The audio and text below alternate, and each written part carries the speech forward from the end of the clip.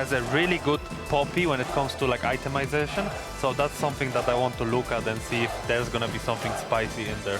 I think it was also smart by SK to 4-pick mid instead of top lane because The fact is, Super still has all of his summoner spells available, and Isma is trying to force this play.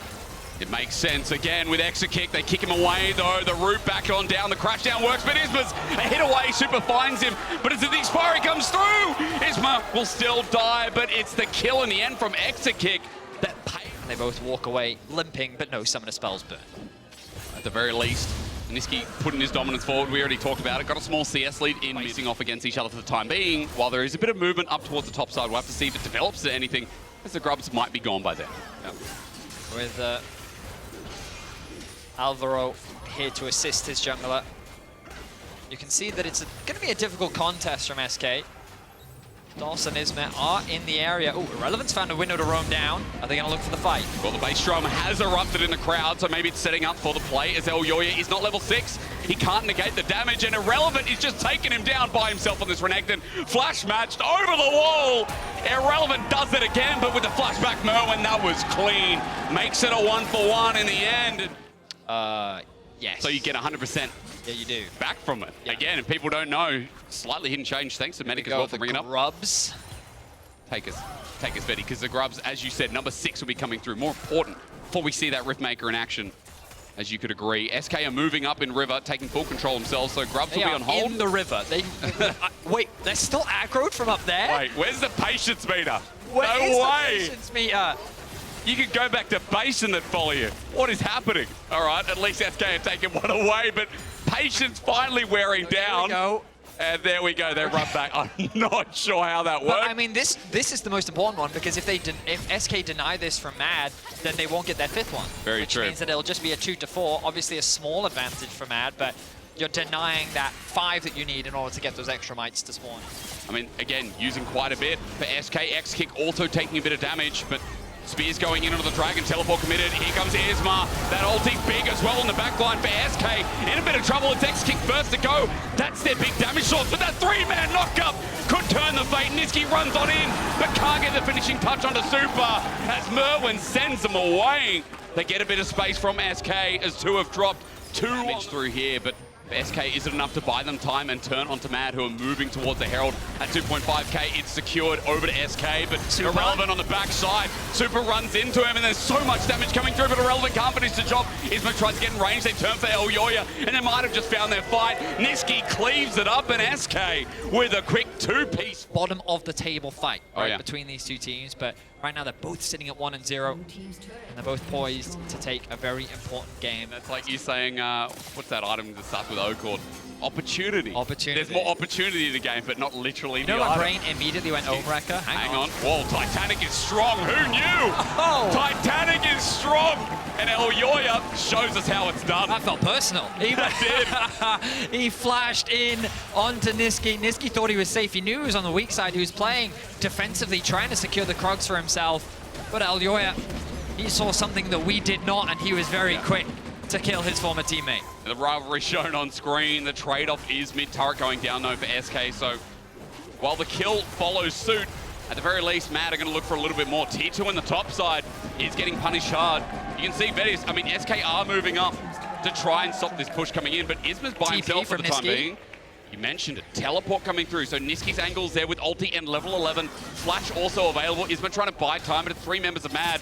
Elyoya is still doing a lot of damage. His X-Kick now flying through, but that 3-man Magnustorm buys him so much time. Niski running in, wait for that Shuriken flip onto Super, but he doesn't take it. Instead gets execution. Here's Mer, when he goes golden as the flip out, means that they've got no members left remaining, but Niski's still alive. You can see this man is still alive as Dots flash ulties, gets 2 members, Niski jumps back in. How are SK members still alive? Mad under their own turret are getting thwarted as Irrelevant flashes in as well. This team is crazy. SK ace. Surprising us all, a 3k gold lead, a Baron that'll elevate it even further.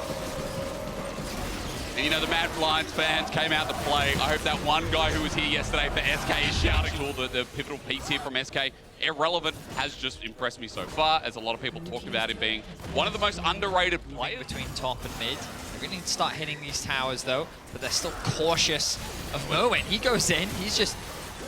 Interesting, okay, but stops Exekick at the very least. Ulti comes out from DOS as well. That stops the backline. Merwin almost dies over, pops away. Big core damage of SK.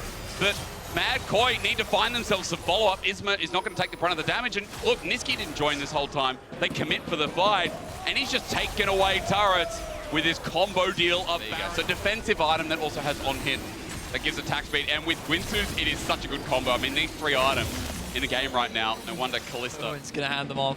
Quick thumbs up as the teams choose to disengage. Is this tower going to drop? Yes, it is. Objective bounty as well. Might have to get back. The game might end. Irrelevant is coming through. He's like, yep, they're there on the purple worm. It's not going down that fast. Nisqy positioning for the teleport, and they're like, okay, we're not going to threaten the end. Instead, we turn for the fight. Fresskowy doesn't really have anywhere to go. Not at all. I mean, he won't be involved if they just turn for the fight. Nisqy's damage at this point is huge, as we talked about before. But what does the play end up being? I mean, Fresskowy now in an opportune angle. If he pulls the trigger, Merwin's going to be the first one there. This is janky as Isma runs on in. It's a great engage, though. And from DOS as well, that ulti, absolutely gorgeous. Irrelevant jumps on in with a flash. Nisqy is still alive. This guy is James Bond. He never says die as he runs on in for a double. Nesquik, you are a beautiful drink. SK are going to continue to clean up the fight. That's another ace. They'll give their mid lane over as sacrifice, but SK, just like that, are looking to end the game. I mean, again, watching this team fight has been exceptional. And man looked great yesterday, but overcome by SK, who seemed like they're on the train.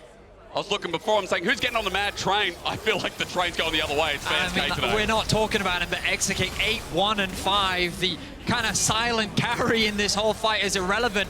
And Nisqy are on the front lines. It is him on the back line cleaning up and dealing this damage. And it's going to be enough to bring him the win. Well, at least with the spawn timers coming up, we have to question a little bit more, don't we? Super in 3 seconds. Nexus turrets are going down. SK fighting to hit down this Nexus, but Mad are back up. LEC are going to be the first to die in this little grudge matchup. They don't have enough damage to get the Nexus. Too many members of Mad stand there, but look they're at the looking stacks. for the Rand. You're right, Exekick bopping away. Merwin saves the game. As soon as you get close, if you get past all that many, then you have a Renata who presses ult, who presses handshake.